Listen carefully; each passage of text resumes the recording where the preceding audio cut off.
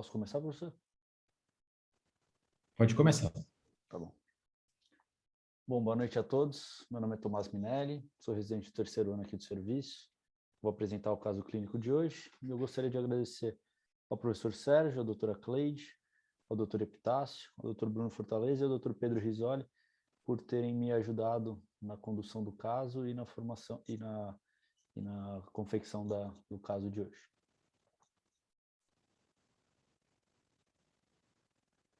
Nosso caso é de uma paciente feminina de 29 anos que chamaram a gente para uma interconsulta para uma queixa de uma mancha de visão, uma mancha na visão com borramento visual nos 2 olhos da paciente, que ela estava sentindo sintomas há 12 dias e esses sintomas tinham piorado e se intensificado principalmente no olho esquerdo há 3 dias. Ela tinha notado o início dos sintomas no campo nasal do olho direito, depois esses sintomas apareceram no olho esquerdo, e isso ela estava vivendo o 16º dia.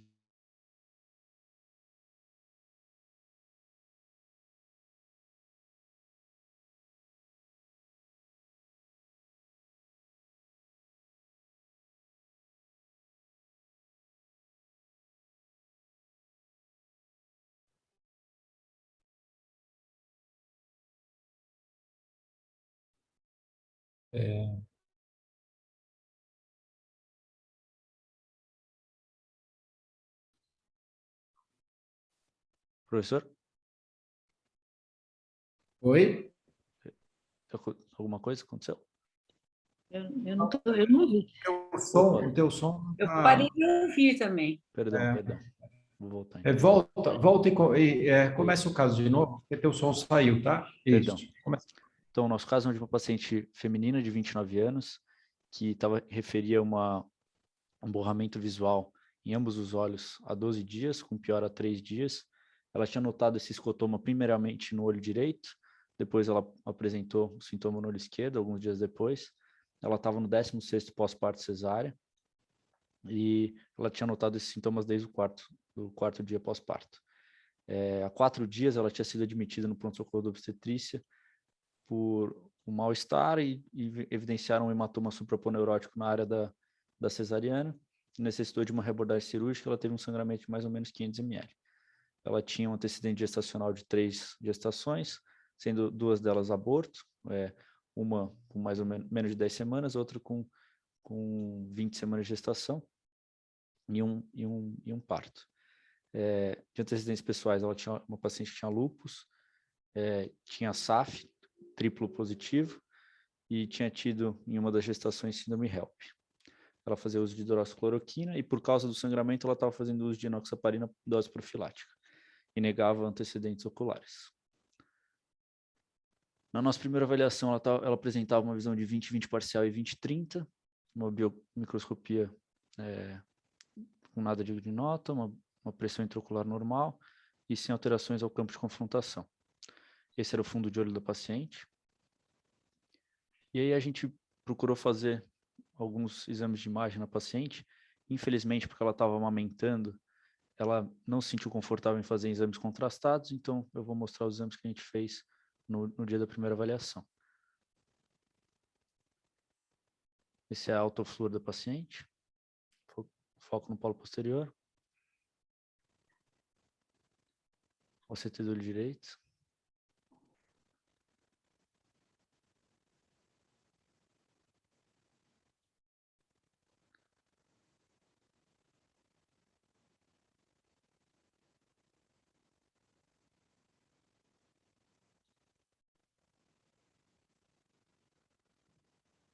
OCT do olho esquerdo.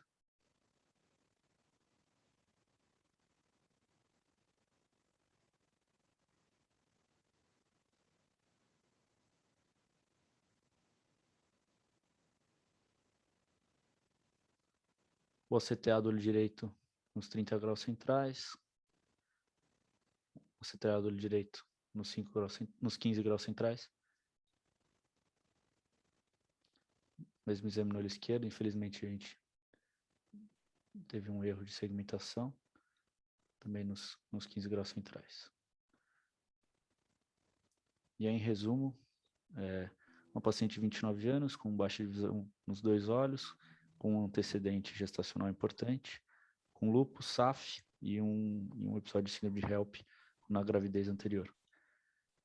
Com a acuidade visual de 20/20 e 20/30 e esse DR seroso bilateral com cistos intraretinianos. Eu queria agora abrir para principais hipóteses diagnósticas e para o quadro ocular e qual seria a conduta frente a esse caso.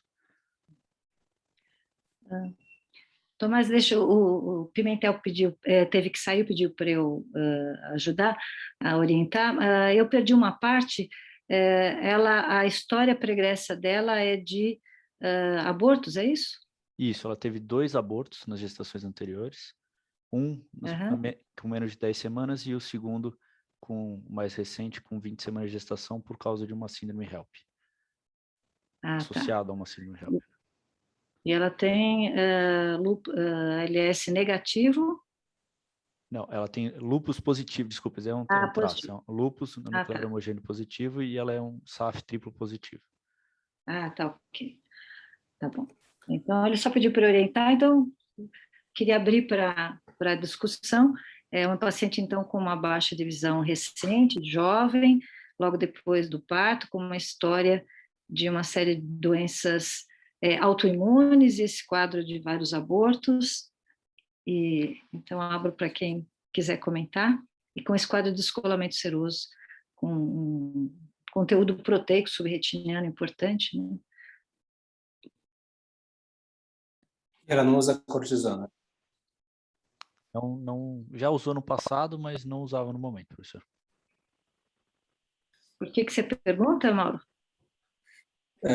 Enfim, lembra um quadro de central serosa em gestante que é um pouco atípico, é mais comum ter realmente fibrose, mas, enfim, como ela tem o lúpus, talvez pudesse ter uma associação dos 2 fatores de risco, tanto ser grávida, enfim, gestante, quanto estar usando corticoterapia. Poderia ser, acho que, associado a algum tipo de complicação tipo eclâmpsia, que você também pode ter esses descolamentos serosos, mas, enfim, como hipótese diagnóstico principal, ficaria com uma central serosa de gestante, talvez complicada com essas outras comorbidades autoimunes, e achei bem interessante são linhas de hidratação, né? Essa imagem que tem no olho esquerdo, inferior à fóvea, que parece uns caminhos de minhoca. Isso, são linhas de hidratação que você tem às vezes muitas vezes quando você tem o descolamento de retina e faz a reparação do descolamento de retina e fica o líquido retiniano, parece essas figuras, mas aí no caso dela, obviamente, ela não fez. Tem os cistos intraretinianos, de membrana vascular, mas pelo menos pelo OCT-angiografia não tem nenhuma membrana vascular. Observaria. E ela tem uma coroa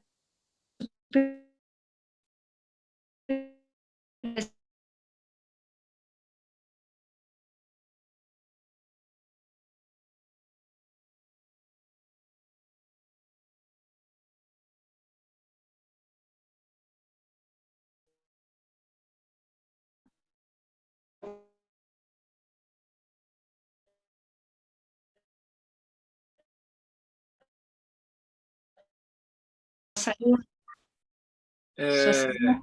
Do Tomás sumiu, Tomás. Perdão, professor, caiu. Aqui eu vou compartilhar de novo.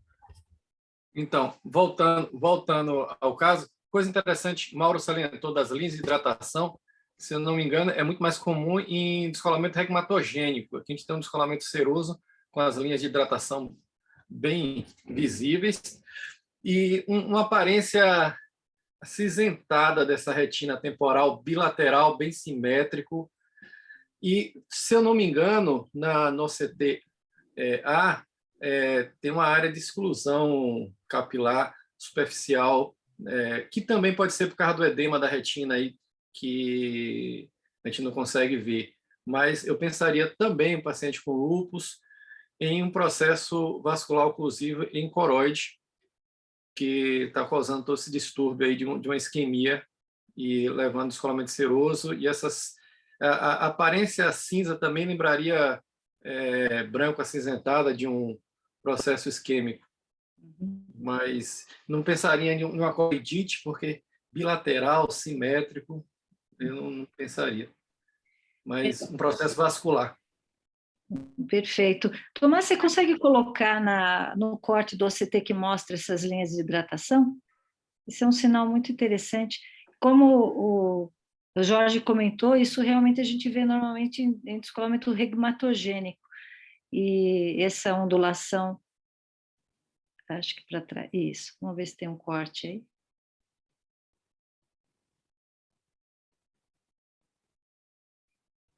Um pouquinho para baixo. Isso aí, né? Isso. Jorge, quando é essas linhas de hidratação do descolamento regmatogênico, elas aparecem um pouco mais tortuosas, né? Isso. Mas realmente é muito semelhante. Eu nunca tinha visto num descolamento não regmatogênico, num descolamento seroso como esse.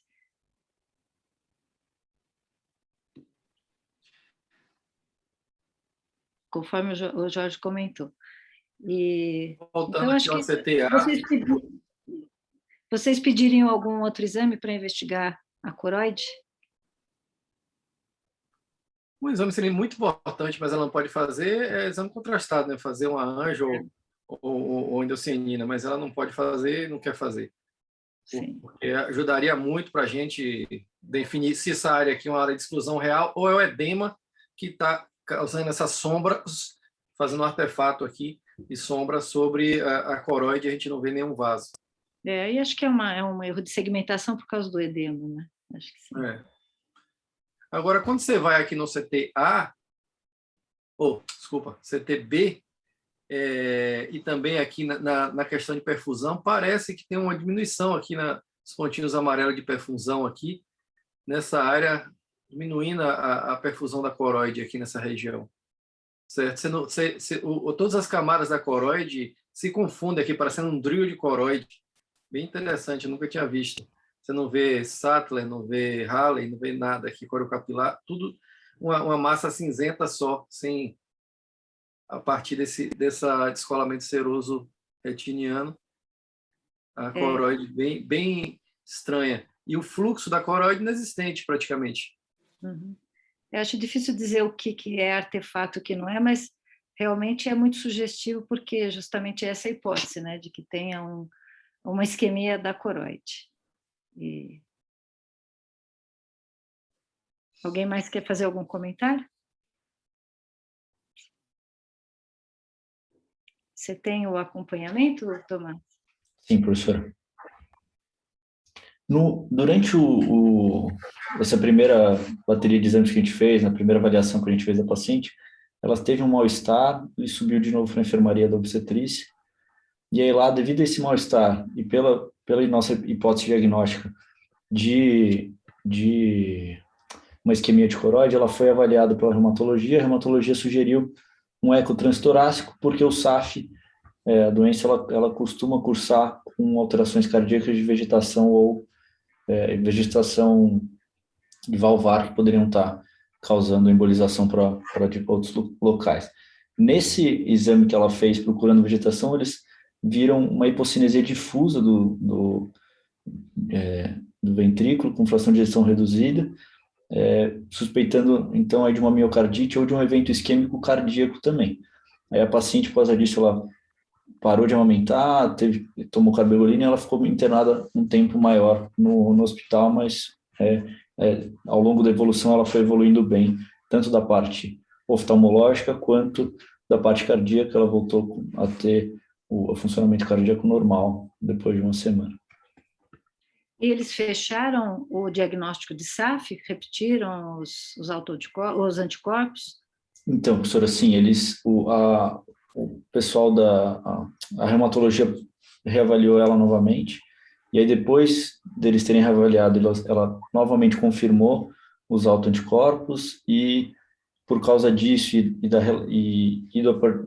do acometimento cardíaco, eles consideraram que era tudo parte de um mesmo acometimento pela doença, tanto o coração quanto o olho. E aí, na evolução, isso daqui é com um mês depois, A paciente voltou com a gente já com uma visão melhor, ela estava 20/20 dos 2 olhos. Ela também, mais uma vez, ela já não estava amamentando, mas ela preferiu não fazer o exame novamente, com contraste. Então, eu trago para vocês alto flúor, retinografia colorida, red-free e de filtro vermelho, já com melhora dessa área de amarelada, temporal afório. O OCT do olho direito, já sem grandes alterações, um pouco de regularidade da retina externa temporal, semelhante ao que a gente vê no OCT do olho esquerdo. Uhum. E aqui... Ela foi medicada com anticoagulante? Então, ela fez uma anticoagulação mais intensa, ela não chegou a tomar medicamentos pensando numa SAF catastrófica, que eu vou explicar um pouco melhor depois, mas ela intensificou a anticoagulação, como ela estava só com a dose profilática, ela intensificou a anticoagulação e aparentemente não teve mais nenhum sintoma. E foi melhorando dos acometimentos que ela já tinha apresentado.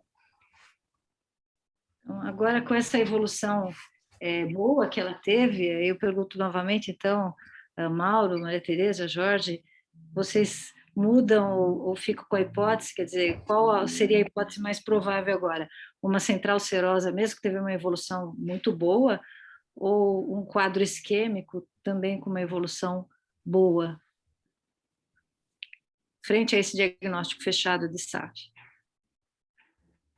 Eu continuo achando que é isquemia mesmo. De algumas unidades da coroide, deu descolamento, depois com o controle clínico, ela reverteu o quadro e vai ficar alguma sequela pigmentar ali, já dá para ver até pela hiperalto, né, que vai ter uma sequela pigmentar, mas eu acho que foi isquêmico, sim. Uhum. Ela tem uma espessura de coroide muito, muito grande, não é muito espessa. E você chegou a medir, Tomás? Eu cheguei a medir, mas eu não me lembro de cabeça.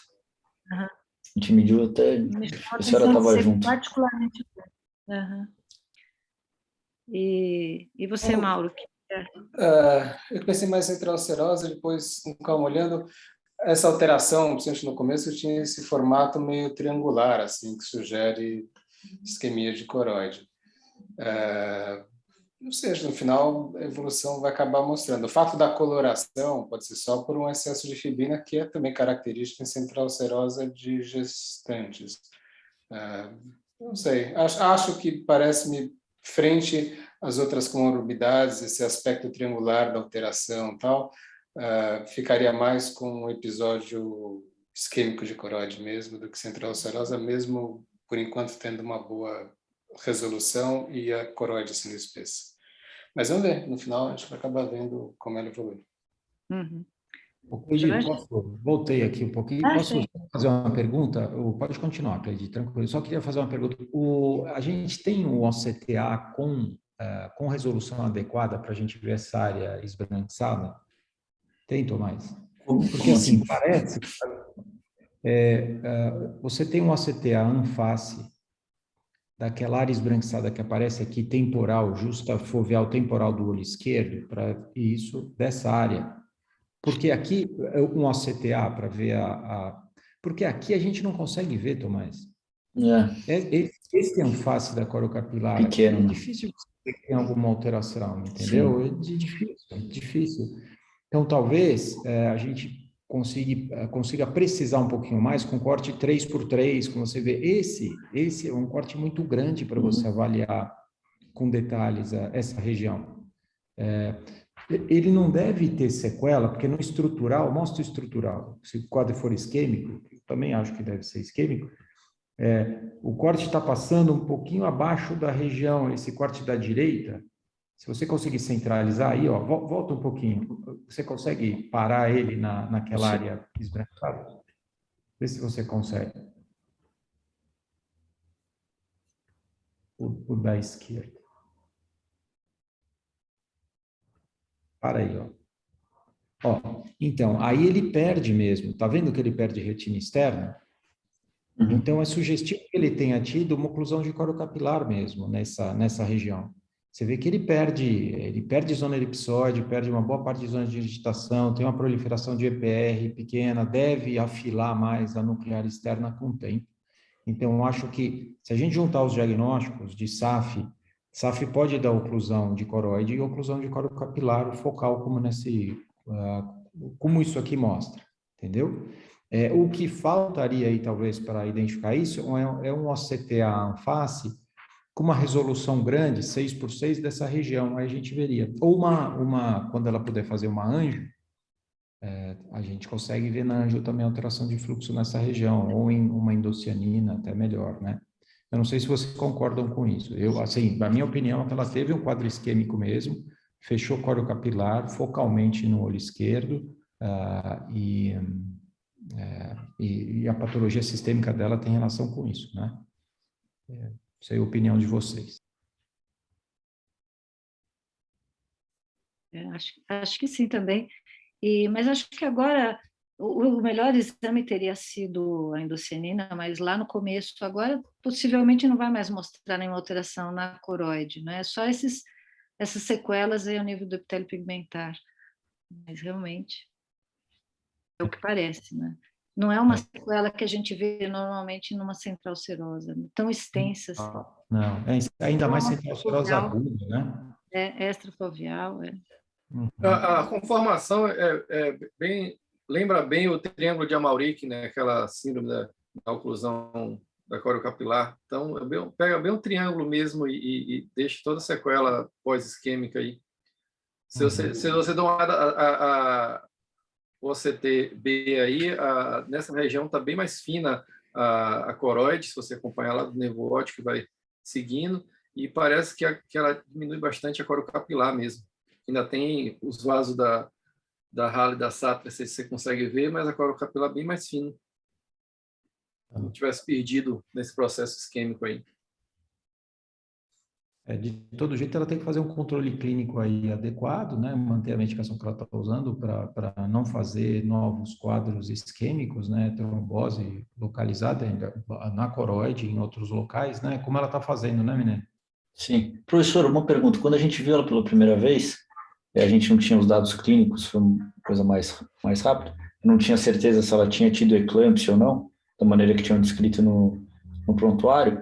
Se ela tivesse tido eclâmpsia, poderia também ser um diagnóstico diferencial, né? Uma isquemia de coroide por retinopatia hipertensiva? Não, por coridopatia hipertensiva relacionada à gravidez?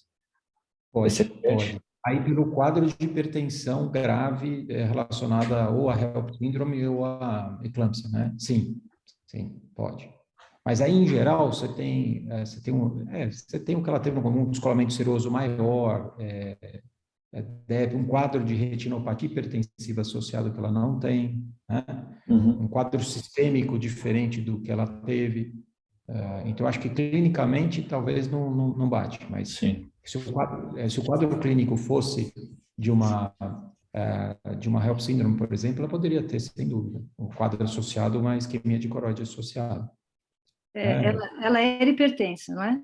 Ela teve um episódio de HELP síndrome na outra gestação. Ela não era hipertensa. Eu também concordo. Eu acho que ela teria que ter um quadro de retinopatia. Não dá para ter uma coroidopatia exclusiva com descolamento seroso sem nenhum sinal de retinopatia. Pelo menos estreitamento, alguma hemorragia.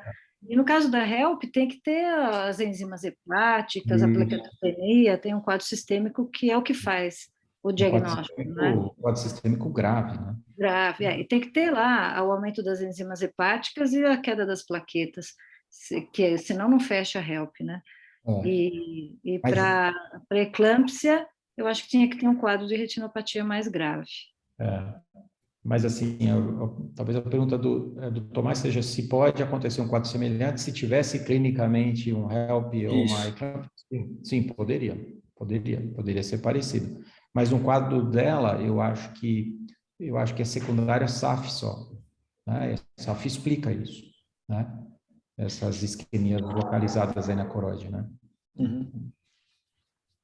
Sim, acho até que do ponto de vista de fisiopatologia, não é muito diferente de uma eclâmpsia, só que na eclâmpsia seria mais difuso, né? A oclusão da coriocapilar é mais difusa, e no caso da SAF ela pode ser mais lobular mesmo. Exatamente. É isso aí. É isso aí. Cleide, se alguém tiver mais algum comentário para fazer, senão a gente pode fazer a revisão. Você mostrou a evolução? Você mostrou, né? Eu ia só mostrar aqui brevemente, ela é uma paciente que, por acaso, ela fazia parte do protocolo de doutorado do Dr. Epitácio, então ela já tinha o microperimetria antes, a gente não conseguiu, a gente queria fazer no mesmo dia, mas como ela passou mal e subiu, a gente não conseguiu fazer, e aí a gente fez com 30 dias, a gente consegue ver uma redução da sensibilidade nessa área temporal um pouquinho mais importante. Tomás, você vê que no olho direito ela perdeu sensibilidade também, na região temporal também, certo? Sim, nos dois. Mas tem alteração do OCT? Eu perdi esse Tinha. O olho esquerdo era mais exuberante, mas tinha. Mas tá no direito. Então é isso. Então, eu acho que perdeu sensibilidade aí, e a gente vê, então, uma avaliação multimodal bonita aí que mostra isso, né? Perfeito.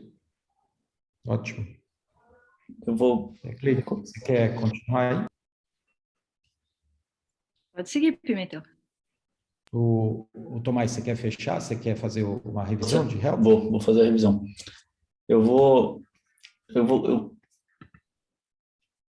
me baseei na revisão como a gente tinha pensado no primeiro momento que a gente viu a paciente, não tinha a história clínica dela completa. Vou focar minha revisão na síndrome de corpo antifosfolípide e vou comentar brevemente em um slide o porquê da diferencial com a coridopatia hipertensiva. Então, a SAF é uma doença que ela vai cursar é uma doença autoimune associada à presença de autoanticorpos, que são eles o anticoagulante lúpico, anticardiolipina e anti-beta-2-glicoproteína. Eles são anticorpos que eles são formados geralmente pelo mimetismo com agentes infecciosos, então eles acontecem geralmente secundários à infecção, em pacientes que têm predisposição a desenvolver eles de maneira patológica.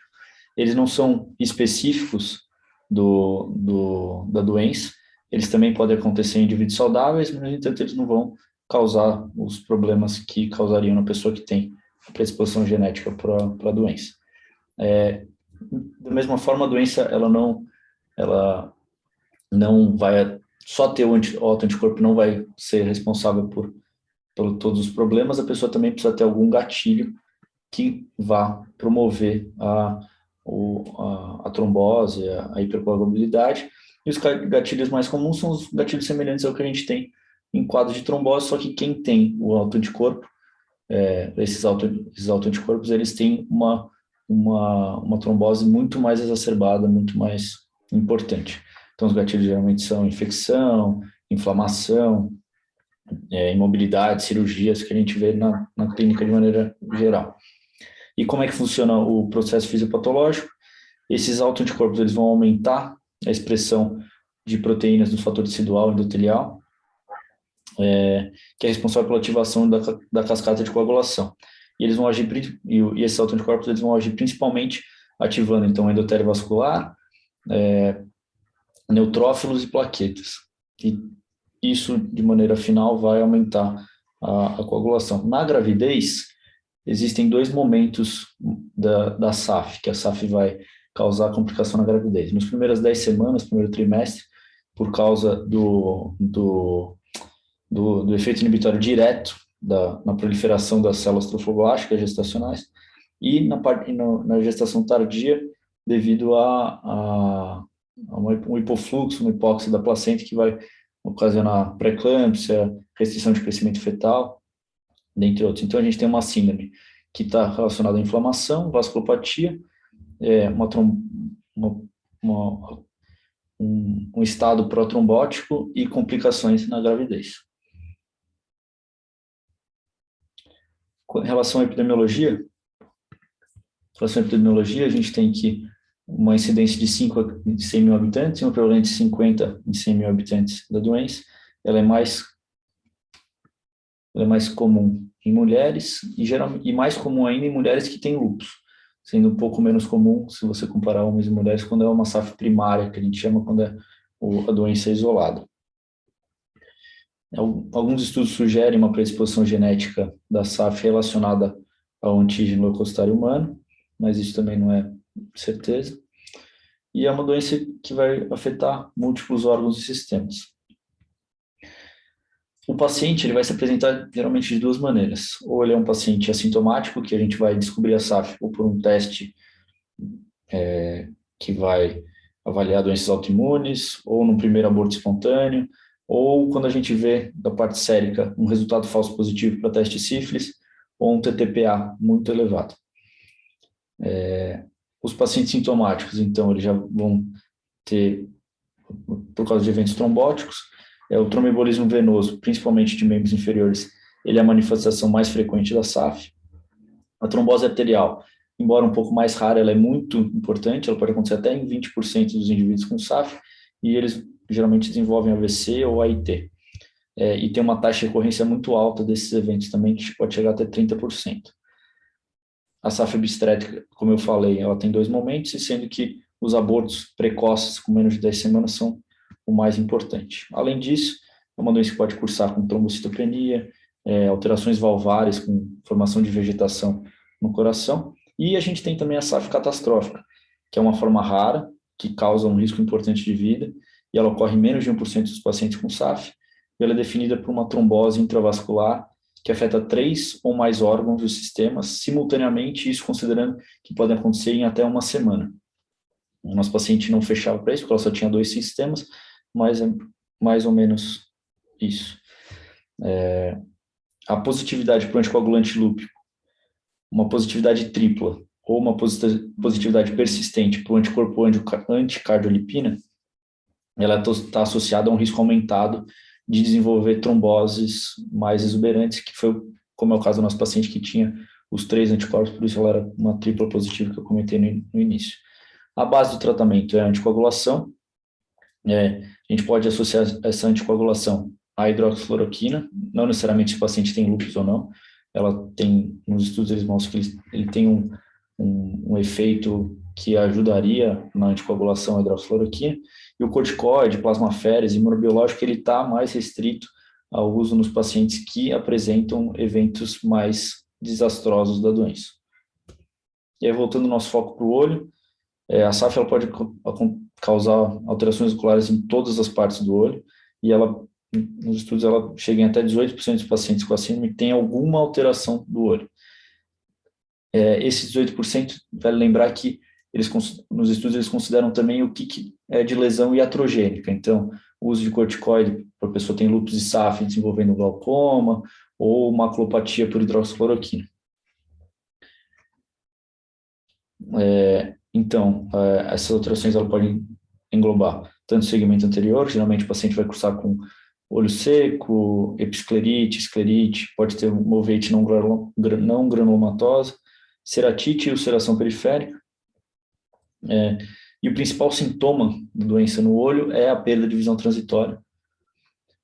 E geralmente ela pode estar associada tanto a um evento diretamente na cabeça do nervo óptico ou no caminho da via óptica por algum infarto cerebral. O que é mais comum nos estudos da SAF no olho é o acometimento vascular do polo posterior, ou com oclusão de veia, que é mais comum, ou com oclusão de artéria, mas esse número também varia muito.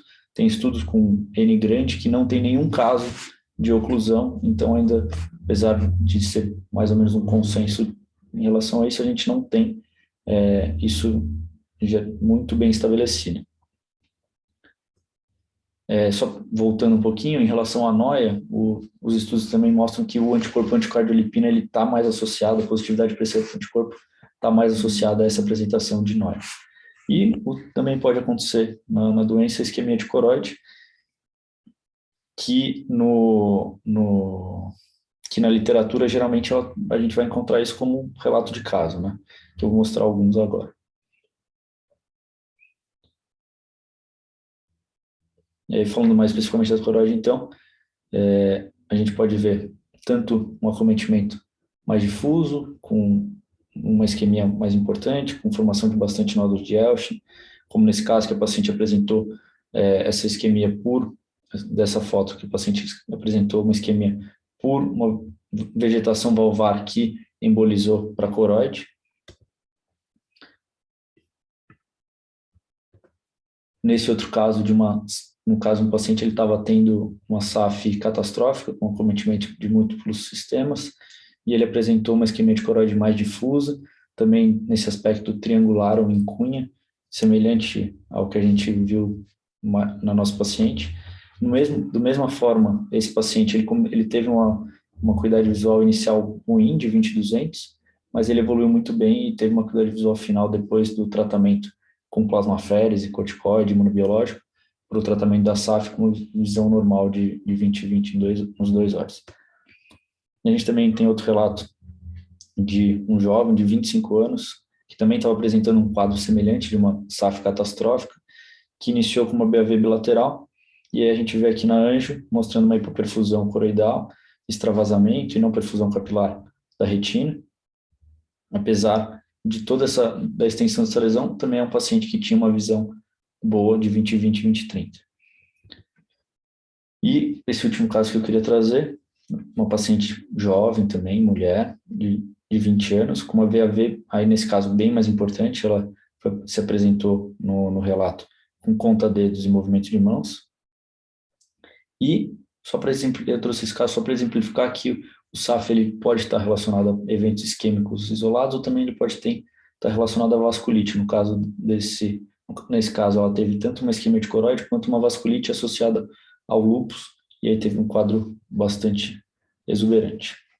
E aí, para concluir essa questão da SAF, a gente vale lembrar que a gente, como oftalmologista, tem um papel muito importante na detecção precoce das alterações oculares.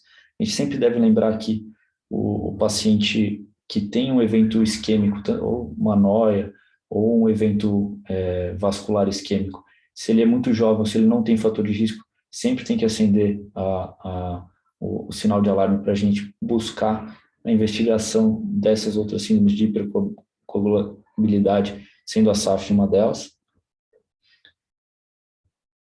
E eu trouxe só para exemplificar um caso do serviço, só para mostrar a semelhança e por que a gente pensou nessa hipótese também no primeiro momento que a gente viu a paciente, um caso de uma coroidopatia hipertensiva relacionada à gestação, uma paciente que tinha tido uma pré-eclâmpsia, tinha acabado de dar à luz e apresentou também um quadro de DR seroso, com áreas de isquemia de coroide, manchas de Elschin, e isso foi evoluindo positivamente, e ela terminou com uma boa acuidade visual. Como a gente já discutiu, o mecanismo ele pode ser semelhante por uma isquemia de coroide que vai causar uma lesão de PR, uma alteração na barreira hematorretiniana externa que vai ocasionar o descolamento retinoceroso, que geralmente, em literatura, tem uma boa evolução. Os pacientes costumam ter uma boa visão. Era isso que eu queria apresentar hoje. Muito obrigado pela atenção de todos. Obrigado, Tomás. Excelente, viu? Tua revisão de SAF, excelente. Tem um outro caso que a gente apresentou aqui, o Pedro Rissoli apresentou há uns 2, 3 meses atrás, que também foi uma isquemia de coroide, com mancha de Elschin num paciente que tinha granulomatose de Wegener. É um caso bem interessante também, o diagnóstico, ele deu a entrada com uma perda de visão, não tinha um diagnóstico de Wegener, e o diagnóstico foi feito no pronto-socorro por perda visual, por um quadro muito parecido com o dela, mas maior, quer dizer, uma perda visual mais significativa que envolveu a fóvea, com outras alterações cardíacas, renais e tal. Ele teve uma síndrome grande e acabou com o diagnóstico de Wegener, foi tratado e a visão dele ficou com uma sequela pequena. O paciente está vivo por esse diagnóstico.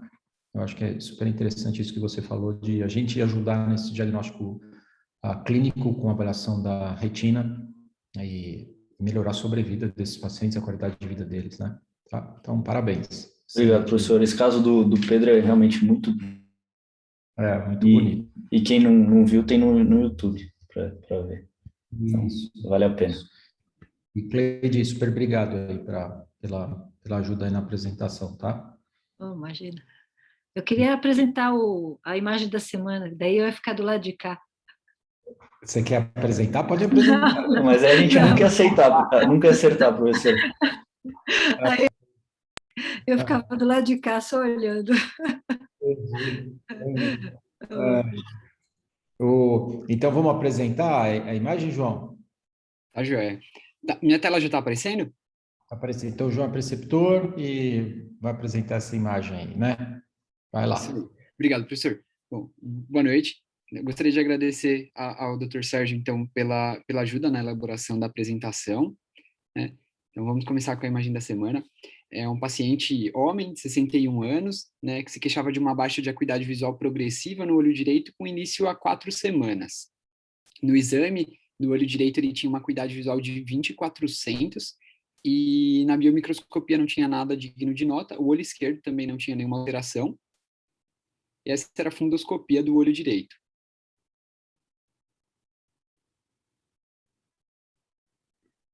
Mostra mais coisa. Tem? Agora aqui, autofluorescência. Então, aí com isso, João. Certo? Aqui, qual o primeiro diagnóstico aqui nessa lesão? Lembre que o outro olho não tinha nenhuma alteração, certo, João? Isso aí, é só Tá. esse olho. O outro olho era normal. Esse olho aí, a fotografia, a retinografia está um pouquinho mais, essas lesões são um pouco amareladas, né? Aí parece esverdeado, né? Mas não está tão bom. E na autofluorescência, ele tem esse padrão misto aí, né? Com lesões hipofluorescentes, hiperfluorescentes, entremeadas, que envolvendo todo o polo posterior. A gente tem depois o OCT para fazer uma outra pergunta. Mas a primeira pergunta é se é sugestivo de algum diagnóstico só com esses 2 exames. Então, o paciente de 61 anos, com 4 semanas de perda visual, uma visão bem baixa nesse olho, 20/400. Antes de ver o OCT, alguém faz alguma hipótese aqui? Ou qual que é o diagnóstico? Pimentel, Fala, me Jorge. parece pela retinografia um descolamento seroso da metade superior da retina e um padrão parecido com aquele padrão de leopardo, com alteração de hiper e hipo. Eu tive um paciente, não com uma área tão extensa como essa, mas um pouco menor, e, por incrível que pareça, homem e metástase carcinoma de mama. Ótimo. O paciente tinha tido carcinoma de mama há 5 anos antes, e aí baixou a visão, foi no descolamento seroso, e na anjo apareceu esse padrão, e quando a gente fez ultrassom, tudo, depois esse olho foi a nucleação com o passar do tempo e foi com metástase carcinoma de mama. E esse teu paciente, o quadro era unilateral ou bilateral? Bilateral, Lateral, né? unilateral. Ele não foi para lateral. E o padrão era em pele de leopardo aí, é isso? Isso. Parecido com esse? Isso. Foi em pele leopardo. Então, um diagnóstico diferencial aí para esse caso, esse paciente tinha descolamento seroso, sim, você vai ver no OCT, e um diagnóstico é bidump. E bidump pode aparecer unilateralmente, né? Tá? Pode ser unidump, né? Pode ser. Né? Tem alguém, então, um diagnóstico é isso, é uma das retinopatias relacionadas ao câncer, certo? Uma delas é essa, bidump, só que nesse paciente é unilateral. Algum outro diagnóstico? Algum diagnóstico diferencial? Cleide, você concorda com esse diagnóstico de bidump e unilateral aqui? Eu acho que... O aspecto de pele de leopardo é por causa do descolamento seroso que vai e volta, né? E lava o epitélio pigmentar. Quer dizer, não é o caso aqui, mas aparece, por exemplo, em efusão vial, porque o descolamento seroso vai lavando o EPR. Então, nesse caso, como é localizado, parece que tem uma infiltração embaixo, acho que a hipótese de metástase seria a minha primeira. Então, talvez tivesse que fazer uma investigação sistêmica para alguma neoplasia que esse paciente tivesse, certo? Uma hipótese, né? A síndrome de efusão vial, ele não é autohipermétrico, né? Não tinha bolsão inferior, o outro olho também não tinha alteração, mas pode dar essa alteração, esse mosqueado aí na autofluorescência também, né? Por lavado do EPR, certo? Eventualmente, uma central serosa crônica, não é esse o padrão de autofluorescência que a gente costuma ver na central serosa crônica, com predomínio superior em vez de inferior, é ao contrário na serosa crônica, né? você tem aquela imagem calha, com uma alteração tão grande como nesse paciente, e tem história pregressa de baixa divisão, esse paciente tem um quadro agudo de 4 semanas, né? Alguém pensa em mais um diagnóstico? Não. Da pele também, sarcoidose e essa síndrome MALT. Tá. Essa sarcoidose pode ter, em geral, tem mais os granulomas de coroide, né, Mauro? Mais vasculite pode ter, né? Mas essa alteração difusa Mas talvez não... unilateral, sarcoidose, geralmente você tem alguma coisa do outro lado, né? Isso, bilateral também, né? Normalmente bilateral. Não é simétrico, mas é bilateral. Não precisa ser simétrico. A grande coisa aí é que ele é unilateral único, então fecha muito o diagnóstico diferencial quando você pensa em coisas unilaterais. Tá. Então agora a gente vai fazer o seguinte, né, João? Então o diagnóstico diferencial está dentro disso. A gente vai mostrar o OCT agora, né, João? E aí eu queria que você fizesse um diagnóstico pelo OCT. Tá? Então essa é a imagem. Eu queria que vocês fizessem um diagnóstico dessa imagem aqui. Olha. É interessantíssima essa imagem, viu? Você tem um descolamento seroso, e aí você tem o grande cisto abrindo a plexiforme, parecendo uma cunha, parecendo uma meia-lua com fibrina dentro, no meio da retina. Isso. Muito interessante. Eu nunca tinha visto uma coisa tamanho desse assim, abrindo a retina dessa forma. Tinha visto, você falou num caso passado sobre isso.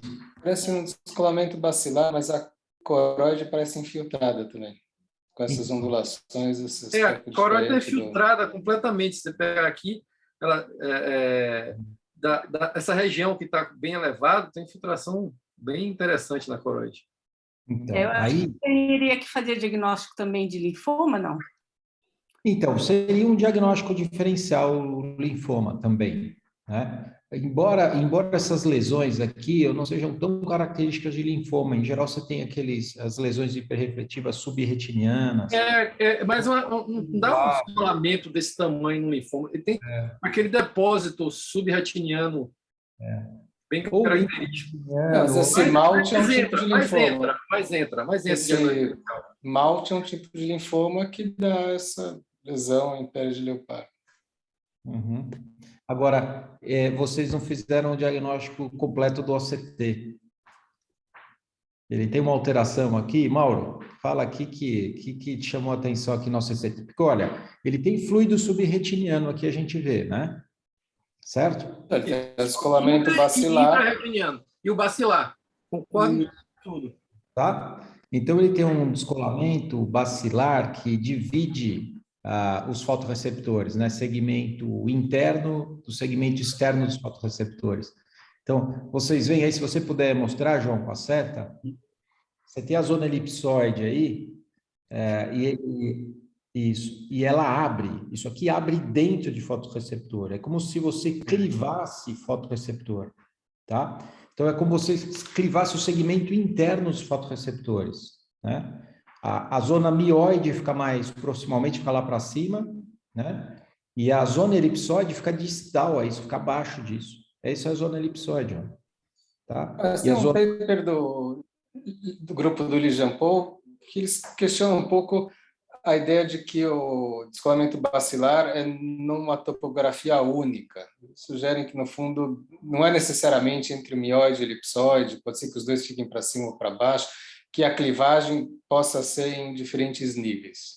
Então, Mauro, a gente vai mostrar um paper que está online agora, de um grupo de várias pessoas, dentre eles o Freund, estabelecendo que você tem essa divisão da zona mioide para cima e a zona elipsoide para baixo, em todos eles, com várias causas diferentes. Esse é um caso de bidump unilateral, com esse descolamento bacilar, né? E por isso que a gente achou interessante, tem 2 diagnósticos, é um diagnóstico clínico, a gente vê pela retinografia pela autofluorescência, bem sugestivo, ele tem antecedente aí, né, de CH e fazendo quimio e rádio, né, e tem um descolamento bacilar junto, olha, que é a setinha Azul.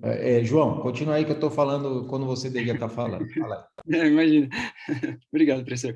Mas é isso. Então, só complementando um pouquinho de antecedentes, ele de fato tinha um antecedente de neoplasia, né? Ele tinha um carcinoma gástrico que já tinha sido submetido a quimio e radioterapia há 4 meses, a última sessão. E de diagnósticos a gente ficou mesmo como um bidump unilateral, né? Um dump. E esse descolamento bacilar associado a esse descolamento seroso, né, que é essa região de líquido subretiniano. E a gente pegou o caso desse artigo. Pode Pode, então, isso a revisão? é interessante, esses diagnósticos todos, todo mundo comentou aqui sobre isso. Aí a revisão que o João preparou é especificamente sobre o descolamento bacilar e sobre esse paper novo, né, João? Basicamente é isso, né? É isso aí. O BALAD, descolamento da camada bacilar em inglês é balada, né? Para quem não vai esquecer mais isso, tá? Vai lá. Bacillary Layer Detachment, né? Esse é o nome de Ballad. Bom, então, falando um pouquinho desse descolamento da camada bacilar, né? Essa camada bacilar, ela se encontra na região entre os segmentos internos e externos dos fotorreceptores, desde 1847, que ela já havia sido mencionada em artigos, mas em 1722, com outras terminologias, essa camada já havia sido estudada por Lewin, não sei pronunciar, é um pouco difícil, e ela é delimitada, ela acaba sendo delimitada na sua porção superior pela membrana limitante externa, né, e na porção mais inferior a gente acaba encontrando o EPR, né. Esse descolamento basilar, ele é caracterizado por um acúmulo de fluido intrarretiniano, que no fundo de olho a gente geralmente observa essas bordas mais amareladas ao redor da área de descolamento, né? E ele está frequentemente associado ao líquido subretiniano também, assim como no caso que a gente apresentou. Ele é mais comum no polo posterior, na verdade, praticamente 100% dos casos, e a grande maioria dos casos é foveal, né? Com um pouco de casos também parafoveal e, por último, menos frequentemente peripapilar. No OCT, então, o que a gente observa é essa separação. Nesse artigo que o professor Sérgio estava mencionando, então, nesse daqui, é um artigo de 2021, agora, de maio desse ano, e ele mostra uma série de casos em que foi observado nesses pacientes essa separação ao nível da zona mioide, né? A margem superior, então, é delimitada por essa região hiperrefletiva no ACT, que corresponde à membrana limitante externa, e a inferior, ela é uma região de refletividade variável, que eles apontam como sendo por conta da disposição das mitocôndrias da zona elipsoide, que acaba sendo bastante variável, dependendo do descolamento, né? E por isso acaba tendo uma variação dessa refletividade. Esse líquido intrarretiniano, ele tem uma refletividade aumentada quando comparado com o líquido subretiniano do descolamento seroso, né? Isso principalmente por uma maior concentração de proteínas, principalmente fibrina, né?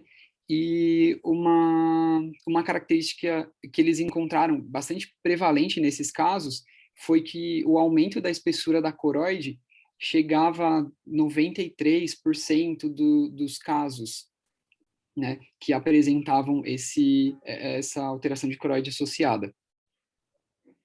Na avaliação multimodal, então, a autofluorescência também tem alguns achados, né? O que a gente vê é que a área tem áreas de hipoautofluorescência por conta do bloqueio pela exsudação, né, área de exsudação que acaba sendo bloqueada, ou então pela disrupção do EPR na região, né. No NIR infrared, a gente tem áreas de refletividade na região dos descolamentos, eles podem ser margeados por áreas de hiperrefletividade, né, e a angiofluoresceinografia, ela costuma apresentar uma hiperfluorescência em pooling, né, semelhante ao que se observa na central serosa, e as bordas elas tendem a ser mais hipofluorescentes.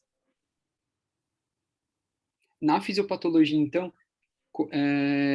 o que se acredita é que, como o professor Sérgio falou, eles encontraram essa clivagem na região da zona mioide, né, entre o segmento interno e o segmento externo dos fotorreceptores, e isso estava associado, né, a um mecanismo de quebra da barreira hematorretiniana, DPR, e o que se acredita, talvez por uma alteração da regulação da fibrina, que a região de adesão entre o segmento externo dos fotorreceptores e o EPR, ele tenha uma maior adesão, ele seja mais firmemente aderido do que a região entre o segmento externo e o segmento interno dos fotorreceptores, por conta desse possível desbalanço da fibrina, né? E isso acaba levando a essa clivagem da região, entre esses segmentos internos e externos dos fotorreceptores. E o que eles observaram, como o professor Sérgio falou, foi que havia, justamente nos exames histopatológicos desses pacientes, que se observava essa região de separação, né, entre, como ele falou, em vários níveis do segmento interno, né, dos fotorreceptores, né, desde aqui com um pouquinho mais, aqui um pouco menos, e delimitados pela membrana limitante externa, aqui na margem mais superior. Então, tem uma série de condições associadas que eles observaram. A maior, a que estava mais associada, foi a doença de Vogt-Koeniag arada, né? Mas também foi observado tanto na epiteleopatia pigmentar paquicoroide multifocal posterior aguda, AMP, e oftalmia simpática também, casos de neovascularização de coroide, a retinocoroidite por toxoplasmose também, maculopatia, mial, né, maculopatia idiopática aguda, casos de toxicidade, principalmente relacionados à imunoterapia, né, uso de imunobiológicos também foram casos que apareceram com descolamento bacilar. Metástases e linfoma de coroide também foram causas para o descolamento bacilar, né? Esclerite posterior também se encontrou, na central serosa também encontraram casos, na síndrome do paquicoroide peripapilar, trauma, bidump, como no caso que a gente mostrou, né, que unilateral no caso, maculopatia induzida por laser e até na pré-eclâmpsia, né? E algumas considerações finais, só um apanhado geral. Então, é uma patologia, é um achado em que os mecanismos fisiopatológicos ainda são pouco conhecidos, talvez tenham essa relação com a regulação da fibrina na adesão dessas células, né, entre o EPR e os fotorreceptores, e que ele pode estar associado a uma série de patologias, né, tanto patologias imunomediadas, como o Harada, oftalmia simpática, inflamatórias, né, um pouco mais desconhecidas, como o AMP, casos de neovascularização de coroide, ou infecciosas, como na toxo, ou relacionados à síndrome o espectro da paquicoroide, como a central serosa, né, e ela é algo que a gente observa cirurgicamente nos casos de terapia gênica retiniana, né? Eles também observaram alguns pacientes submetidos a tratamento com terapia gênica, e o objetivo é justamente a indução desse descolamento bacilar na hora da injeção dos vetores virais. E uma coisa que eu não mencionei, mas só para finalizar, é que a evolução geralmente é favorável. né, os pacientes eles costumam ter, na maioria dos casos, uma resolução espontânea ou ainda uma boa resposta com anti-inflamatórios esteroidais, né? E apesar de ser um achado antigo, né, que já havia sido descrito desde 1722, até tratado esse termo de 1847, existiram várias divergências na literatura ao longo do tempo, e com o OCT, acredita-se que deve haver agora uma maior padronização dessa terminologia, para até mesmo por fins de pesquisa, né, para unificar as buscas desse achado. E é isso. Obrigado. Ótimo, João. Então, é ótimo. Então, aí o pessoal acertou tanto o diagnóstico clínico quanto a alteração de OCT do descolamento da camada bacilar, né? Esse artigo é interessante todo mundo ler, ele está num formato ainda de revisão, um formato ruim para ler, porque as fotos estão no final, a legenda não está relacionada com a foto, é chato de ler, mas é um artigo muito denso e que revê tudo sobre descolamento bacilar, sobre o que o João mostrou aí. Então, ele está no Retina Online, ainda não foi publicado, tá? Mas é um artigo que vale a pena procurar. Aí, se a gente pudesse colocar o artigo da semana. Oi, professor, deixa eu ver se eu consigo compartilhar, peraí. Tá. Então, o artigo, enquanto você coloca, o artigo fala de depósito drusenoide subretiniano, também conhecido como pseudodrusa reticular, isso foi descrito nos anos 90. Esse artigo revê epidemiologia, características clínicas e de prognóstico dessa lesão. E esse subtipo de drusa está relacionado com uma evolução grande para DMRI tardia, seja para atrofia geográfica, em geral faz atrofia geográfica, ou para membrana vascular, especialmente membrana vascular tipo 3, tá? Então, o artigo faz uma revisão, é interessante a gente saber com detalhes disso, porque com a idade esses pacientes vão apresentando cada vez mais depósito drusenoide subretiniano, né, com um prognóstico ruim. Quando você conseguir encaixar a apresentação... Pode deixar, peraí. Cadê a tela mesmo?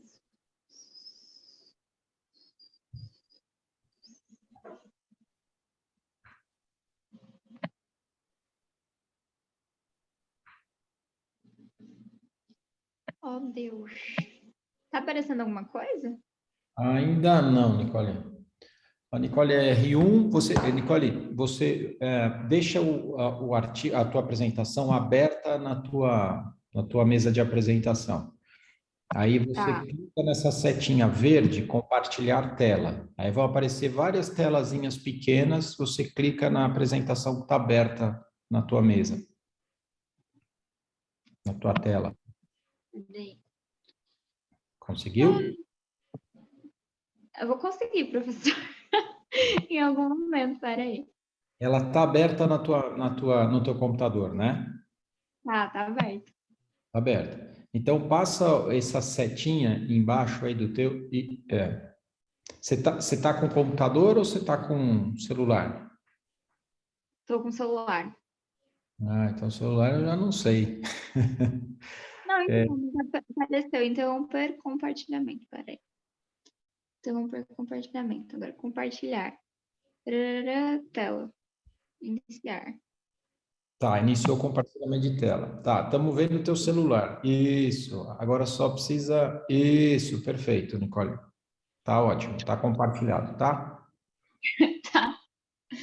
Obrigada, professor. Nada, pode começar. Tá, então, boa noite, gente. Meu nome é Nicole, eu sou residente do primeiro ano, vou apresentar o artigo científico da semana. Primeiro, e antes de tudo, eu queria agradecer ao professor Pimentel, porque ele me ajudou a fazer essa apresentação, não só orientando, mas ele também forneceu algumas imagens para ficar mais didático. Então, o artigo da semana é sobre depósitos drusenoides subretinianos, ou de uma forma mais chula, pseudodrusas, E esse artigo publicado na American Academy of Ophthalmology visava avaliar a prevalência e características desse tipo de depósito em um grupo também específico de participantes, né? Eles pegaram uma amostra do estudo CAROT-2, que era um estudo de carotenoides, relação entre carotenoides e doenças oculares relacionadas à idade. Então, eram mulheres idosas, pós-menopausa, e, enfim. Então, na introdução do artigo, ele chama atenção para alguns pontos que eles consideram importantes. O primeiro deles sendo que a degeneração macular relacionada à idade é a causa principal de perda visual em países desenvolvidos, porque lá a prevalência de idosos é maior e a prevalência da DMRI na população idosa é grande, né?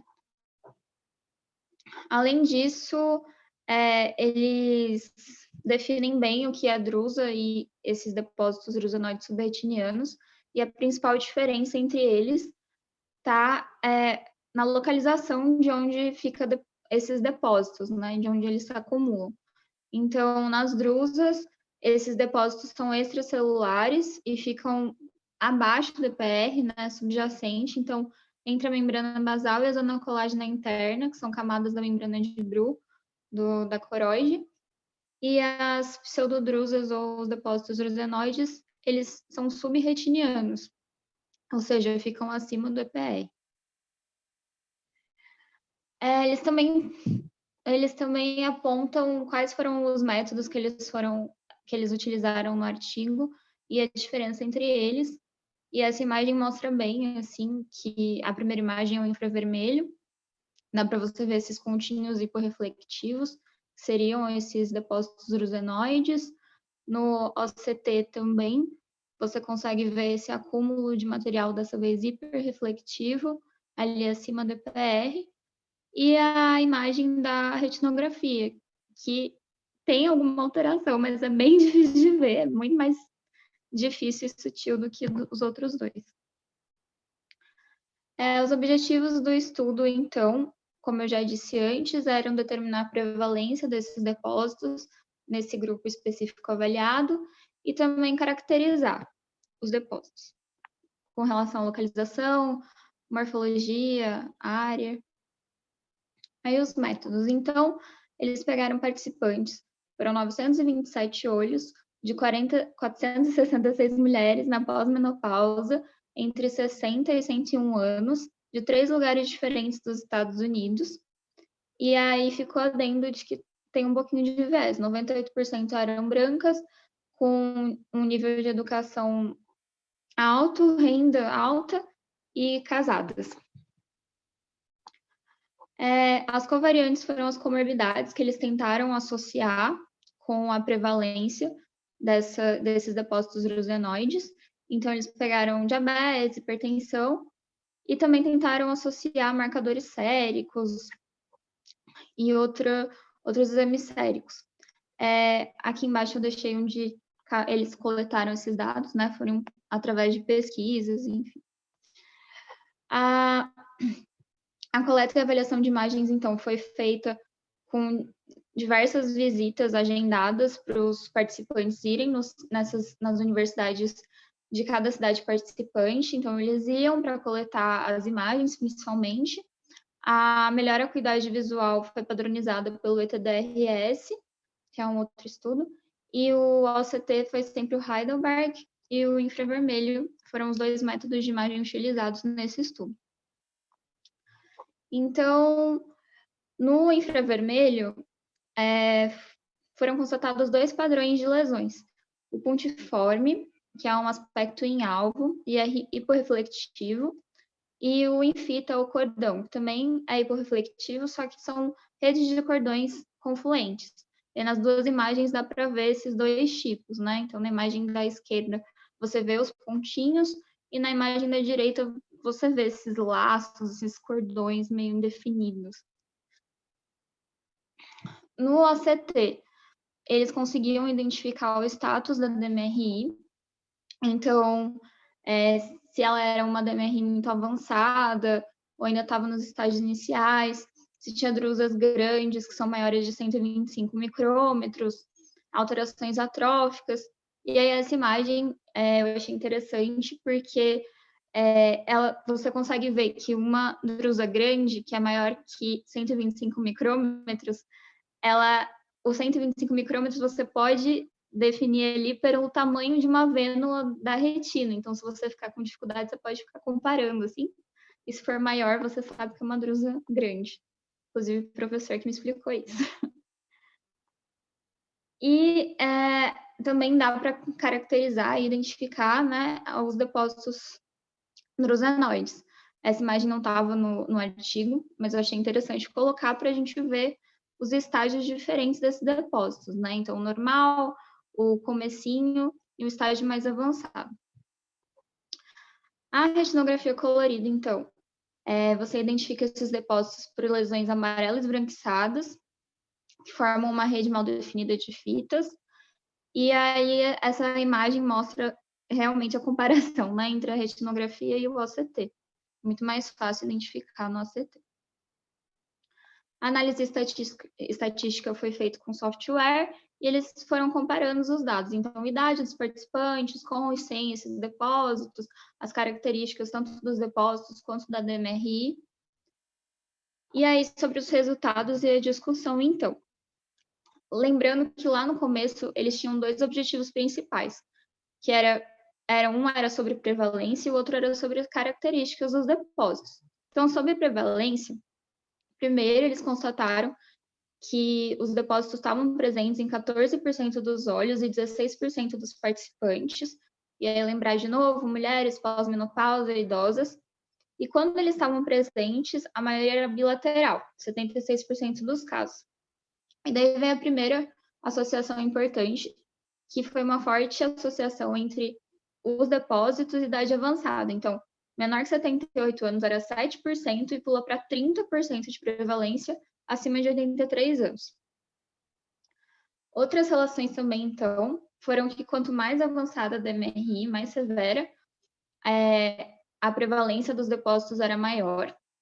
Teve uma relação achada entre a baixa acuidade visual e os depósitos, mas ela tem um fator de confusão, porque como esses depósitos estão mais prevalentes em DMRI mais avançadas, a DMRI é um fator de confusão, ela também pode causar baixa acuidade visual. Os fatores de risco relacionados à DMRI, aquelas comorbidades que eles tentaram associar, diabetes, hipertensão e os marcadores séricos, eles não foram relacionados aos depósitos, não acharam nenhuma relação entre eles. E a outra relação foi que em pessoas com os depósitos, teve maior prevalência de DMRI do que em pessoas sem. E aí, aqui embaixo, eu só escrevi a definição de uma DMRI mais tardia, né? Mais severa.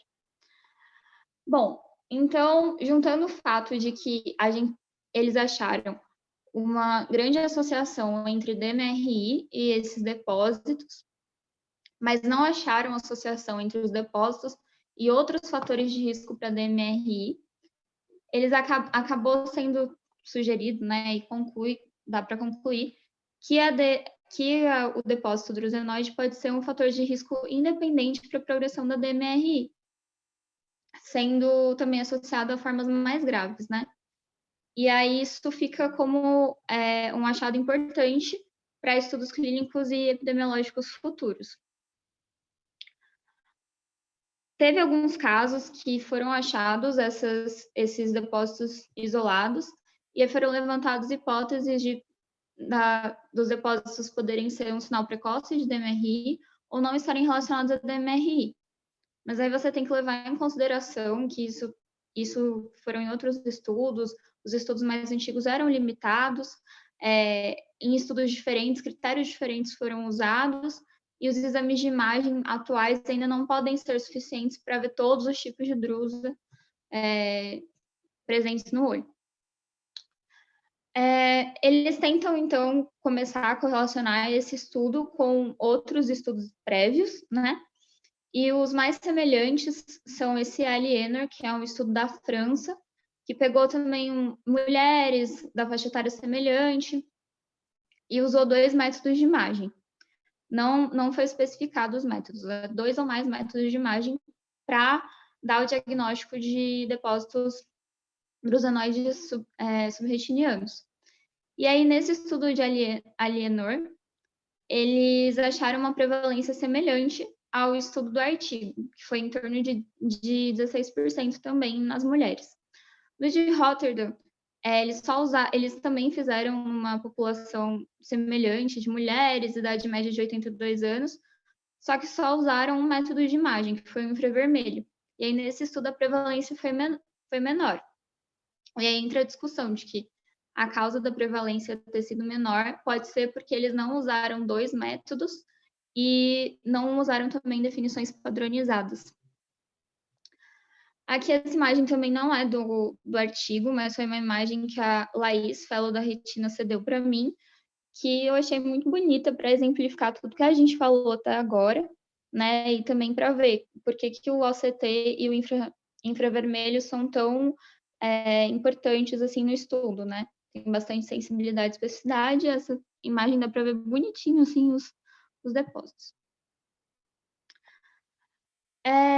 E aí, continuando a falar dos métodos utilizados de imagem, eles também apontaram que em estudos prévios foram achadas prevalências menores, mas isso seria porque eles usaram uma retinografia colorida como o método de imagem. Tanto que, se tivessem usado só a retinografia como método de imagem nesse estudo, teriam achado apenas 4% da prevalência. Ainda assim, essa prevalência seria maior do que nos outros estudos, mas aí teria que se considerar também os vieses da escolaridade, de renda maior e maior preocupação com a saúde dessas mulheres que estavam no estudo do CARET-2.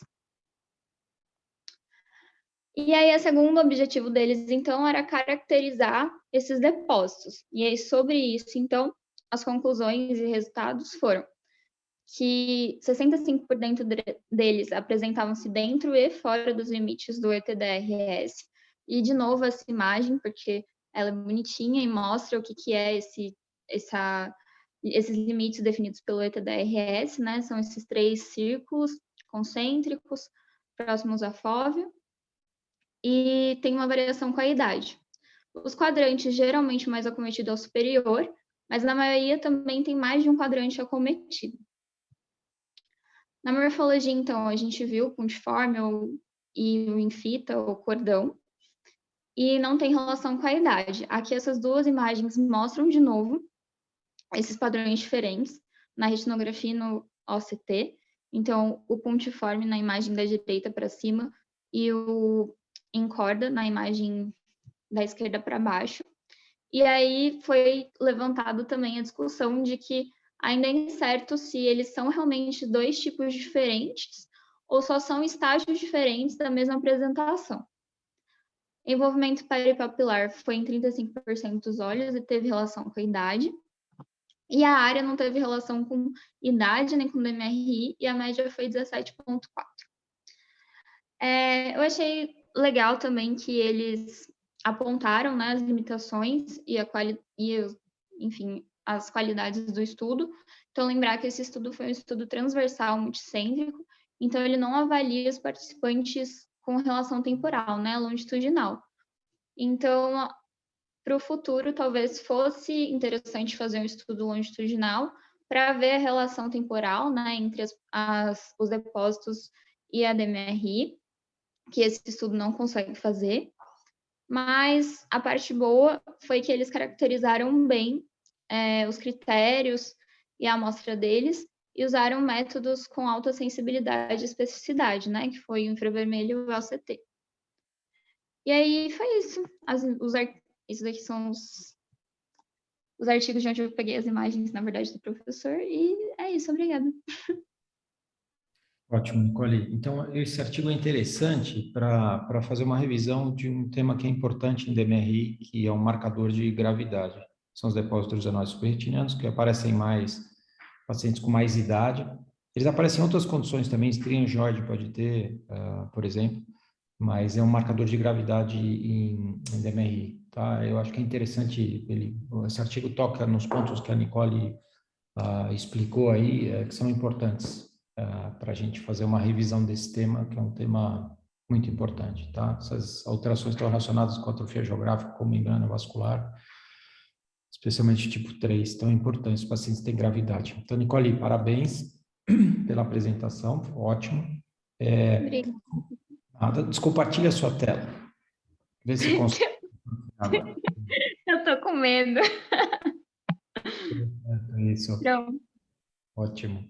Obrigado, Nicole. Obrigado. E agora, a discussão, a gente vai partir para a discussão do caso cirúrgico. A Lívia, ela está operando ainda, né? Pediu para você apresentar, né, Mari? Foi. Então tá bom. A Lívia está em cirurgia, Mariana Misawa, que é preceptora, vai apresentar. Então, Mari, fica à vontade.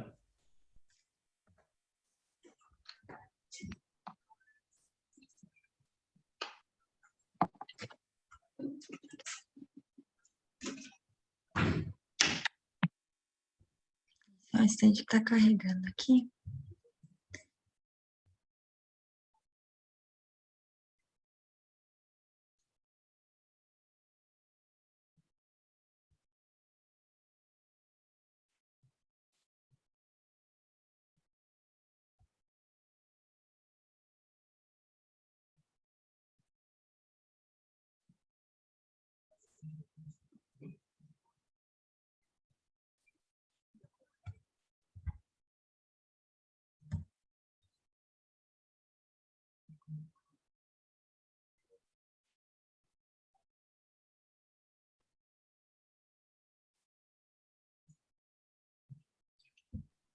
Ixi, está difícil. Ainda não entrou. Eu coloco para... Mas a minha tela aqui vocês estão vendo, né? A tela sim, Quando mas eu coloco para apresentar, não está carregando.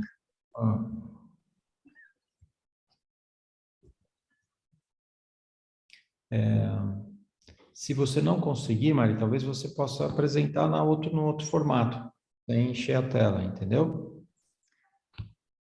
Vou tentar, porque tinha vários vídeos que ela colocou. Ah, foi. Ótimo, isso. Pode ir. Então, boa noite, eu sou a Mariana Missal, vou apresentar no lugar da Lívia. Eu queria agradecer ao Dr. Sérgio pela orientação, ao Dr. Tiago, à doutora Iana, pela ajuda aqui na documentação. Então, o paciente de hoje é um paciente do sexo masculino, tem 59 anos, tá? Ele tem essas patologias, lipidemia, RAS e diabetes mellitus. De antecedentes oftalmológicos, ele já fez uma exérese de pterite no olho direito e uma fasectomia no olho direito, que foi feita no dia 22 de julho desse ano, tá? No dia 22, estava programada para ele fazer uma FACO, era uma catarata branca intumescente, só que ocorreu uma complicação. Teve uma diálise zonular e uma ruptura de cápsula posterior com perda vítrea, e teve que ser convertido para uma fasectomia, e o paciente acabou ficando afásico. No quinto PO foi feita uma vitriólise com IAG, porque tinha um pavio vítreo indo para a incisão. No 18º pós-operatório, o paciente falou que começou com uma baixa de visão com escotoma inferior, e ele veio para o retorno. No 21º pós-operatório, o paciente tinha uma rotura superior com um DR associado. A visão dele nessa época era de 20/200 no campo superior. E aqui nesse vídeo, só para ver que a única área que ele tinha algum suporte era só aqui inferior. O restante já estava todo dialisado, só aqui, ó, nessa região.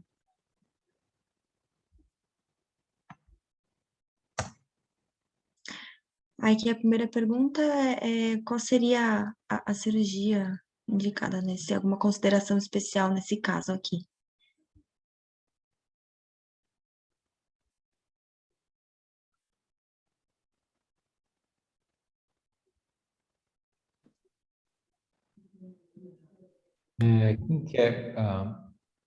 Quem quer comentar aqui?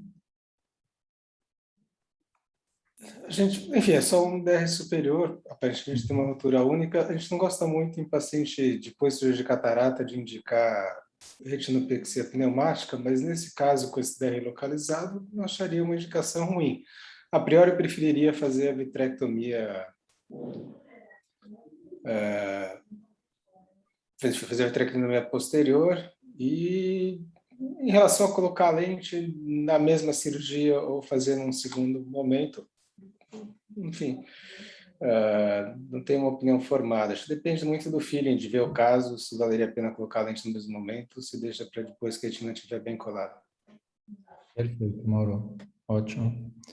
Alguém tem outra consideração sobre esses 2 pontos? Então, técnica cirúrgica, o Mauro falou certo, quer dizer, você poderia fazer uma pneumática ou uma vitrectomia primária, e talvez colocar agora a lente intraocular, tem várias técnicas para isso, e a gente vai discutir as técnicas, ou numa segunda cirurgia. Jorge, alguma opinião aí? Eu concordo com o Mauro. Outra opção também é fazer um buckle, nesse caso, mas eu não me preocuparia em botar lente, não. Depois que essa retina tivesse colada, é que eu me preocuparia em botar lente.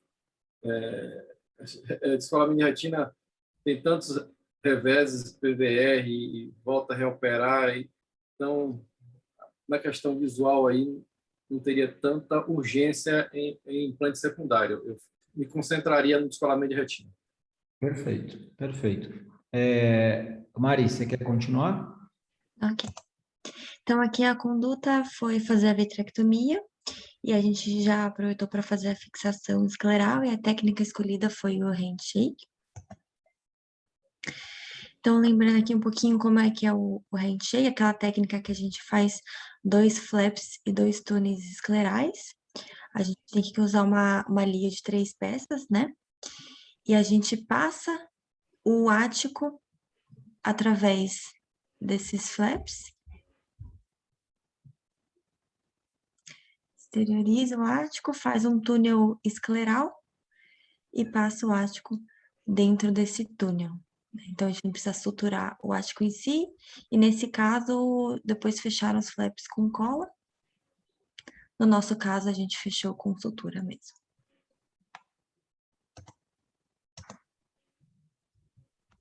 Então, aqui é o vídeo da cirurgia.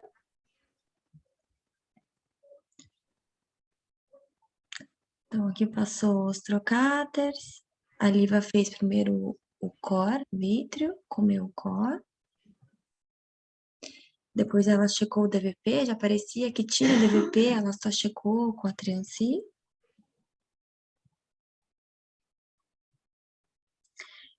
Fez a base vítrea.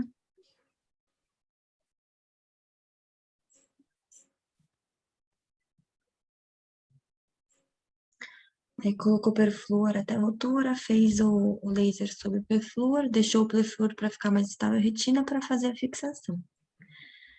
Fez os flaps esclerais, que foi até um pouco difícil porque tinha o flap da FEC já, né?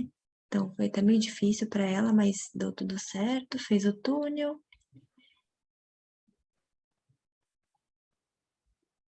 Aí fez as esclerotomias para passar o ático dos 2 lados, 180, né, de distância um do outro.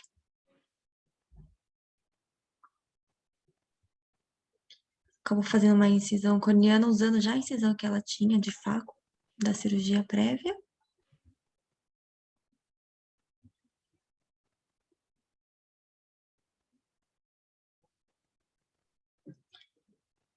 Colocou a lente primeiro na câmara anterior.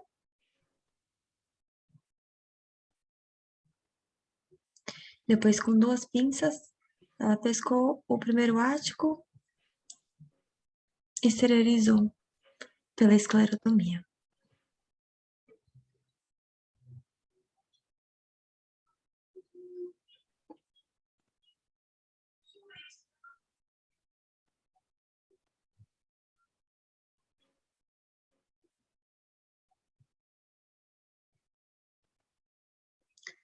Passou os áticos através dos túneis, né, que foram feitos com uma agulha de insulina. E suturou os flaps. Depois disso, foi para a troca.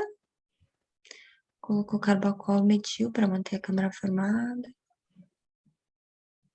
E terminou a cirurgia com gás, já que era uma rotura só superior, né, única.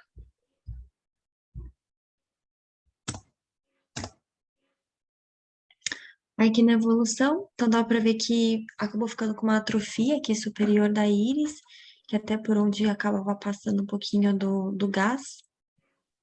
O paciente olhava para cima e para baixo, o gás ia e voltava.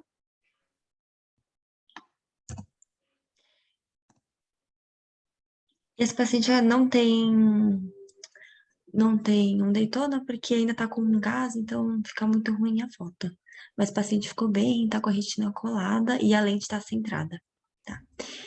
E aí a gente queria discutir, nesse caso, as condutas em paciente com suporte capsular inadequado, né? Sobre a experiência de vocês da Leo na câmara anterior, a fixação iriana e a fixação escleral, depois a gente vai discutir cada tipo de fixação escleral. Queria abrir para discussão agora. Então, eu concordo com o Mauro e com o Jorge, quando eles falam que você podia fazer em 2 tempos essa cirurgia, tá? Mas a Lívia fez com muita habilidade em um tempo só. Então, você deixa o perflu, você colou a retina, ela está colada, você só precisa fazer a troca. Antes de fazer a troca com o perflu dentro do olho, então o olho está mais estável, te possibilita fazer uma segunda cirurgia no segmento anterior. E a técnica que ela escolheu foi fazer essa fixação escleral com essa técnica que a gente chama, né, com túnel escleral, fixando o áptico da lente no túnel, que é uma das técnicas possíveis para serem feitas, né? Lio de câmara anterior a gente já usou bastante no passado longínquo. Hoje eu acho que ela talvez seja restrita a usar em pacientes com muita idade, com várias comorbidades e que o tempo cirúrgico pode implicar em algum problema clínico. Então, a cirurgia de fácil, você vai abrir e coloca a lente de câmara anterior, é muito rápida essa cirurgia, embora a tua incisão seja grande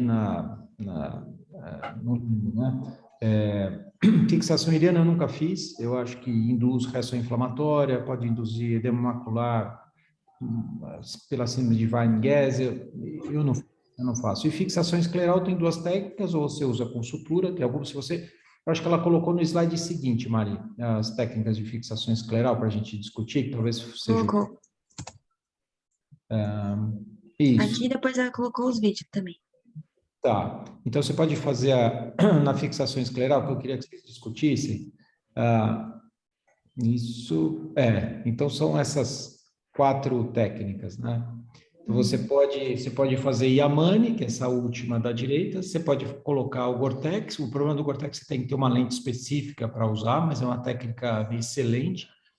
Você pode colocar a técnica do hashtag, que é essa segunda, técnica da rede, NET Technique. A vantagem dessa técnica, eu acho que é quando você tem uma lente luxada no vítreo. Você passa os fios, o Prolene 90, e pode pescar essa lente e colocar essa lente, tem que abrir e colocar uma outra lente. Mas talvez não seja a técnica de eleição nesse caso, quando você tem que colocar uma lente externa, que a lente não está no vítreo, né? Então, eu queria que vocês discutissem qual a técnica de eleição para vocês em 2 situações distintas. Eu acho que a gente pode dividir isso. A fixação escleral com sutura ou sem sutura, né, com fio ou sem. E quando uma lente está luxada no vítreo, quando você não tem lente luxada no vítreo, tá? Mauro e Jorge? Eu falo assim, a gente não tem uma que seja realmente melhor que as outras, por isso que a gente sempre discute, e acho que muitos de nós acaba passando por fases onde gosta mais de uma, aí tem uma complicação, passa por outra. É um pouco difícil.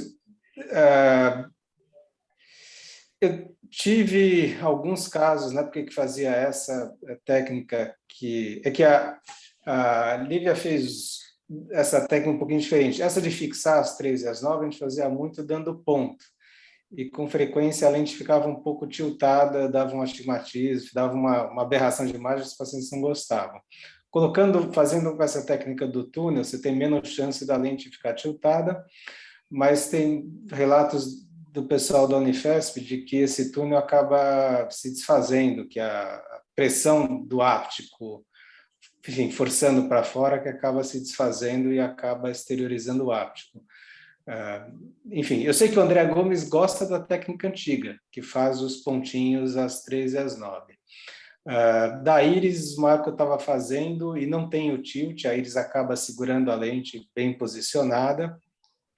Não tive nenhum caso de inflamação, mas tive alguns casos que o ponto acabava cedendo e a lente acabava caindo de novo. Tenho feito agora mais essa técnica do hashtag, mas eu confesso que algumas lentes acabam descentrando um pouco. E acho que até por isso, a ideia de fazer o implante da lente depois de resolver o DR, não só por conta da cirurgia ficou mais prolongada, mais complicada, mas também porque, como você inerentemente vai colocar o gás de silicone, tem mais chance da lente acabar ficando no final numa posição difícil, e muitas vezes é mais difícil de corrigir uma lente mal posicionada do que simplesmente colocar ela num segundo tempo. Mas, no fundo, a Lívia fez super bem, depende, obviamente, do feeling que você tem ao fazer o exame. Mas concordo com a gente com o Pimentel, são situações diferentes. Assim, se a lente já está lá, a gente prefere as técnicas que você não precisa trocar a lente. Acho que o hashtag funciona bem, da ponta também funciona bem. A única observação que eu já tive essa experiência, não sabia que isso acontecia, as lentes, quando elas ficam um certo tempo dentro do olho, o áptico acaba, esses que são 3 peças, o áptico acaba perdendo a memória. Então, já me aconteceu de tentar exteriorizar o áptico e ele entorta e não desentorta mais. Não é como a lente nova, que você tira um pouquinho e tem essa flexibilidade. Com o tempo perde a flexibilidade, enfim, não fica bem. Acho um tema que a gente não tem uma boa resposta ainda.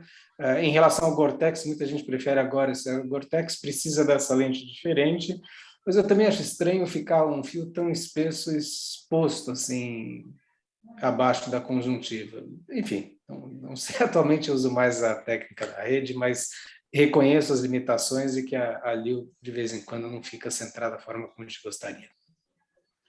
Perfeito, Mauro, ótimo, ótimo. Jorge? Atualmente tem tanta técnica para fazer implante secundário e aquela coisa que tem muita técnica porque nenhum é fácil.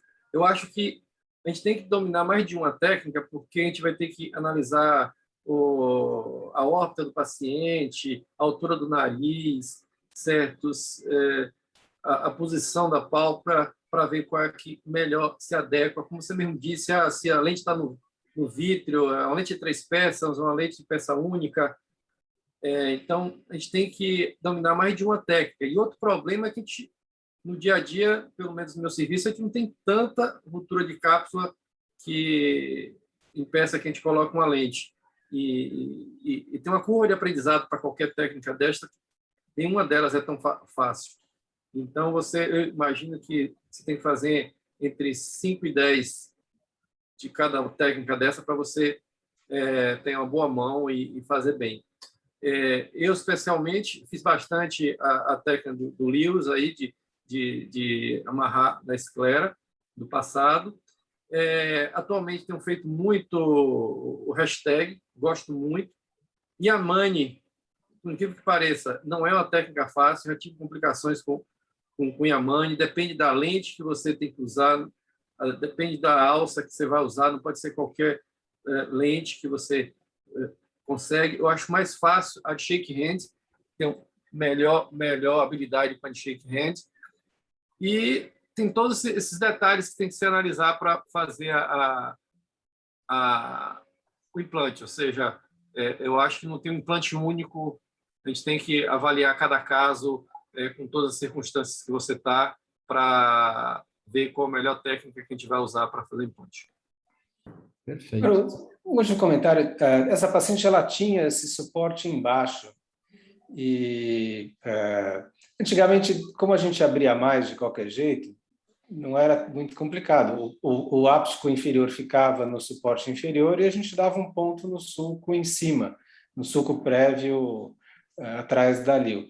Eu ainda gosto bastante disso, porque a lente nunca fica tiltada, ela fica bem presa. O único problema é que tem que fazer uma abertura da esclera maior, mas eu, enfim, por antiguidade, me sinto confortável de fazer. Eu acho que o segredo é esse, talvez cada caso case melhor com uma técnica. E eu acho que a gente tem que fazer algumas delas e dar preferência, dependendo do caso, para uma ou outra. Eu já coloquei lente luxada, multifocal e tórica com hashtag, com a técnica em rede, que ficou excepcionalmente bem. Eu coloquei uma tórica que ficou perfeita, sem astigmatismo, uma visão excelente, quer dizer, a lente, era uma lente grande, foi implantada, acho que, eu fiz faz um ano, foi em 2012, eu acho que a lente foi implantada, então era uma lente grande, antiga, ela encaixou perfeitamente na rede, e um segredo para você fazer a troca depois, e a lente não descentrar, é você abotoar a lente, então você tem os 4 fios, você abotoa com um dos dois, ou vertical ou horizontal, e a lente fica mais firme no centro, tá? Então, eu aprendi isso, porque é difícil quando você faz a troca, às vezes a lente ele descentra, né? Porque a pressão do ar em cima da lente atrapalha. A Yamane, eu acho que a dificuldade é colocar o segundo áptico, e por isso o Canabrava fez essa variação na técnica do Yamane, que facilita pela angulação você colocar o segundo áptico, que é difícil, eu já sofri com isso, já quebrei áptico tentando colocar o segundo.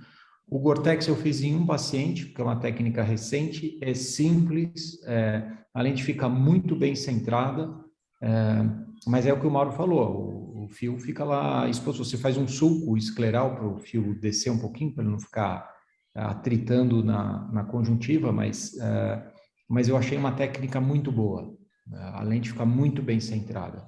Você tem que pedir a lente, mas a lente não é cara, não é muito cara, mas você tem que esperar a lente chegar, então você não consegue ter a lente de imediato, como por exemplo no Yamane, você coloca uma sensor e você te entregam logo, você tem no consultório a sensor, né?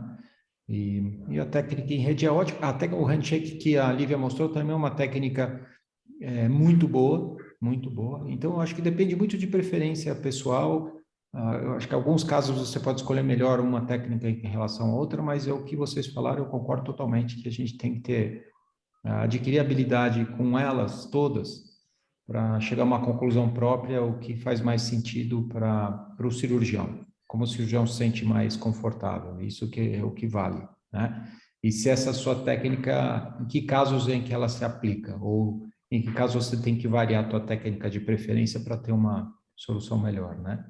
Então, é um assunto amplo, Mas, Mari, obrigado pela apresentação. Eu acho que a Lívia fez uma apresentação aqui ótima, ela colocou todas essas variações e a Mari apresentou super bem. Parabéns. Então, se ninguém tiver mais nenhum comentário, bom feriado para todos, boa sexta-feira, bom feriado, e na quinta-feira que vem a gente está aqui de novo, tá? Então,